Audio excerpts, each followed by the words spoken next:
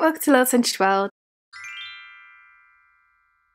So today's video is going to be a tag video. I'm going to be doing the Middling Booktuber Tag. I was tagged by the lovely Katie from Books and Things.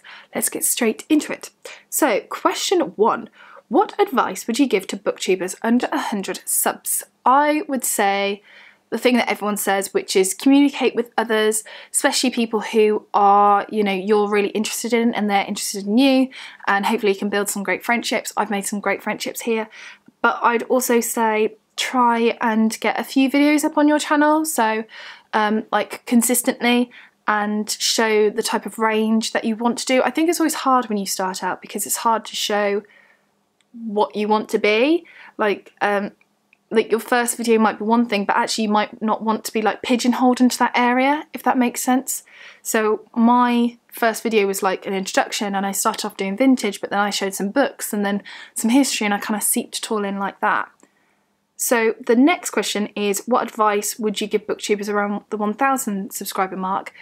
When I hit 1,000 subscribers, I was so delighted. I never thought I'd get there because I know my channel is a bit niche with what I read and liking vintage and history and stuff. So I never thought I'd honestly get there. And when I did it, I was so happy. And I was really proud of myself actually for achieving this. So I would say the advice that I would give you is to enjoy it, because it's a really big moment. Imagine that 1,000 people, instead of the camera, so obviously I'm looking at a camera now, but instead of this, imagining 1,000 people in front of you and you're talking to that 1,000 people, that is so scary to think of. That is madness. And that's what you've achieved, and that's brilliant. So give yourself a pat on the back, treat yourself to a chocolate bar or something, and be proud of what you've achieved, and just keep going. Do the videos that you want to do, and just keep going until you reach your end, whether that's enjoyment or you've achieved all you want to. But just enjoy it because it's amazing. 3. What question would you ask a big booktuber?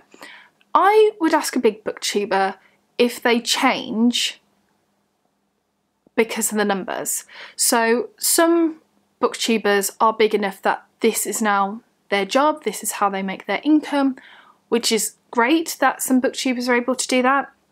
But I would like to know whether, because it's their income, they do specific videos that they kind of need to get the views, or do they do it just, they carry on doing the videos they enjoy? Because this is my hobby, so all my videos that I do are videos that I enjoy doing and talking about things that I like talking about, as you know, because I ramble.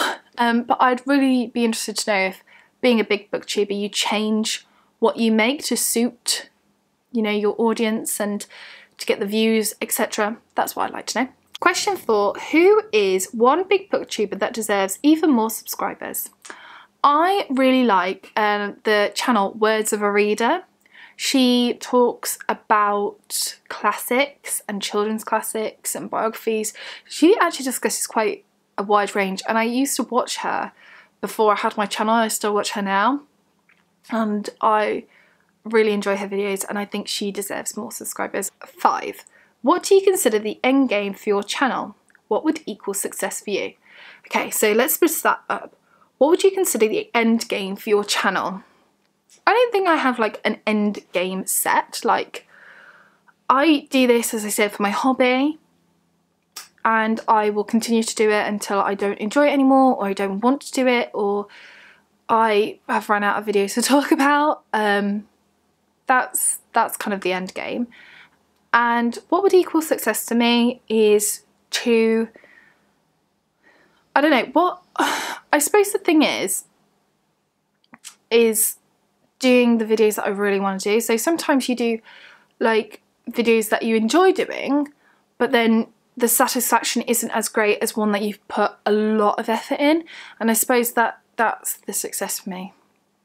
And also feedback. Feedback's a success for me. I like feedback. Please talk to me in the comments. 6. What is something you wish you did better? Talking. By that I mean talking in a way that I get my words out and I'm not like stumbling over them. Sometimes it's just like Mean Girl's word vomit. It just comes out and I'm like, I don't even understand what I'm talking about. I wish I was a bit more coherent. That's probably the right word. Coherent. Yes. I also wish I was better at editing, but I'm not, so You're stuck with me. 7. What part of your channel makes you proud? Well, all of my channel makes me proud because I'm proud that I've done this. This is something that I've done for myself.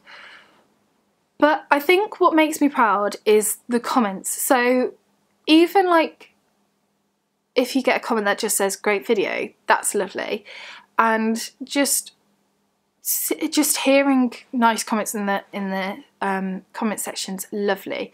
Honestly, some of them absolutely make my day. Sometimes if you're having a bit of a down day and you read a nice comment, oh, it picks me up so much. But I think the thing that makes me even more prouder, is that a word? Prouder? More proud than that, is if someone's gone on to another one of my platforms and spoken to me there. So it might be, I've got Twitter and Instagram, so someone tweeting me or someone on Instagram like talking in commenting on a picture, or it might be sending me a message and going on to a separate platform. Making that effort is so lovely, and yeah, that makes me really proud.